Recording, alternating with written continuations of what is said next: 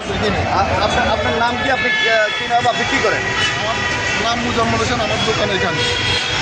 আচ্ছা, এই যে ব্যাগটি এভাবে একটা জনস্রোত এলাকা, যেখানে হাজার হাজার লক্ষ লক্ষ মানুষ 24 ঘন্টা এখানে থাকে, একটি ব্যাগ জনসম্মুখে এভাবে রাতে কোনো এক সময় ফেলে যায়, এটা কেউ কি দেখেনি?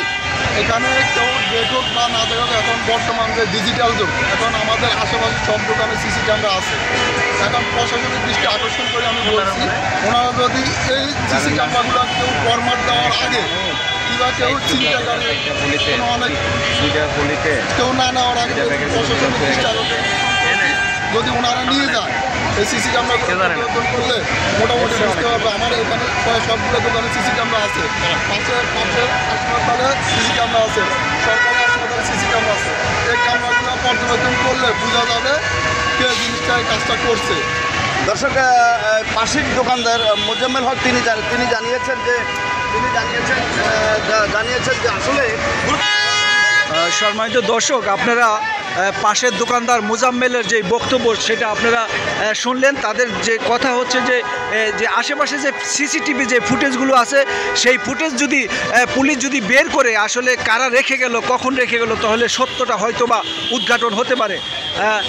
এই খাজানা সুইট অ্যান্ড রেস্তোরাঁর পাশেই কিন্তু ঠিক এখানেই কিন্তু সেই বস্তাবন্দি অজ্ঞাত পরিচয় যিনি তার দেহটা এখানেই রাখা হয়েছিল, এবং আমরা যতটুকু জানতে পেরেছি, যতটুকু বুঝতে পেরেছি যে তাকে অনেকগুলো টুকরো করে ছোট ছোট পিস করে তারপরে তাকে বস্তায় ভরে এখানে রাখা হয়েছিল।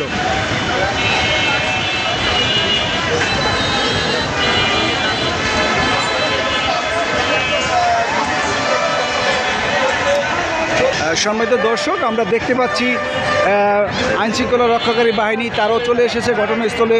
হয়তো বা তারা জিজ্ঞাসাবাদ করবে, এখানে দোকানগুলো যে আছে তাদের সাথে কথা বলবে, গোয়েন্দা সংস্থার লোক আছে। আমরা আশা করব যে সুষ্ঠু তদন্ত করে অবশ্যই দোষীদের বের করবে এবং আইনের আওতায় এনে তাদেরকে শাস্তি দিবে। এটাই হচ্ছে আমাদের আশা, এটাই হচ্ছে আমাদের প্রত্যাশা।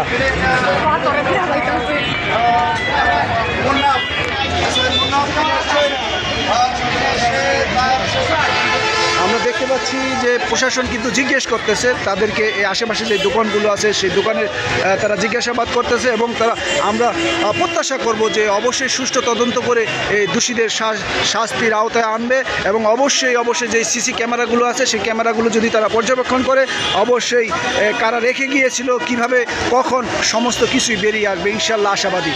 সম্মানিত দর্শক, যারা আমাকে সবসময় দেখেন, আমার পাশে যারা থাকেন, সকলকে ধন্যবাদ জানাচ্ছি। আবারও হয়তো আপনাদের সাথে সংযুক্ত হব। ভালো থাকবেন। আল্লাহ হাফেজ।